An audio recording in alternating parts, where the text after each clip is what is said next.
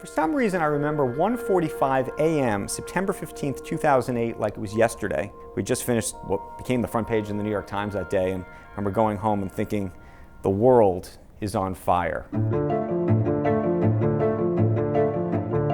It was right around when Lehman Brothers filed for bankruptcy. It was about 5 hours after Merrill Lynch had sold itself to Bank of America. It was about 48 hours before AIG was bailed out by the government and the taxpayers. 5 years later, there remains a lot of lingering questions about the crisis, the bailouts, and the aftermath. Two myths remain, and there's one new reality.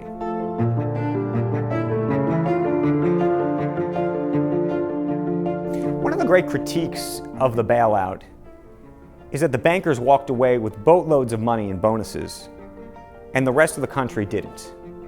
And why would we spend $700 billion bailing out these banks without putting some kind of new rules or restrictions or strings to prevent this from happening? This troubled asset relief program must be properly designed and sufficiently large to have maximum impact, while including features that protect the taxpayer to the maximum extent possible. And there's an explanation, but it's unsatisfying. And it's this: that ultimately we needed to save all the banks. We needed to recapitalize the entire system, and we needed everybody to participate on a voluntary basis. As crazy as it sounds today, there are banks that probably actually would have said no, that they didn't want the money if there were strings attached. Look what happened in Japan. Look what happened in Europe. They only gave the bailout money when the bank was in trouble. But ultimately, then you're doing it serially, and it takes forever.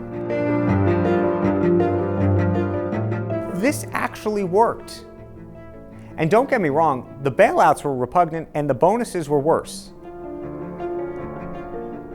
But there's also a practical element to all of this. If there's one question I get more than just about any other, it's why didn't anybody go to jail?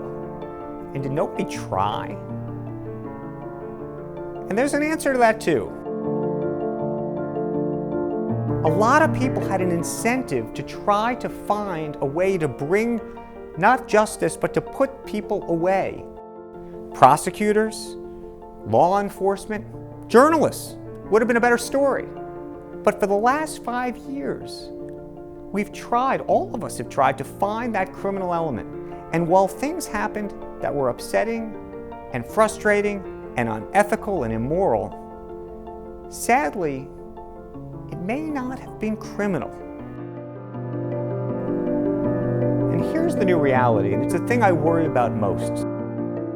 It's the next crisis. And it's not just the next crisis, it's about how we are going to respond. Politically, it will be impossible to bail out another financial institution, even if it's the right thing to do. And while I worry about that, I also worry about this. The banks, the financial institutions themselves, they're probably not going to accept a bailout the next time. And I worry that when the next domino falls, and I don't know what that domino is, I'm not sure anybody does, but it will fall. And when it does, I'm not sure we know who's going to be there to catch it.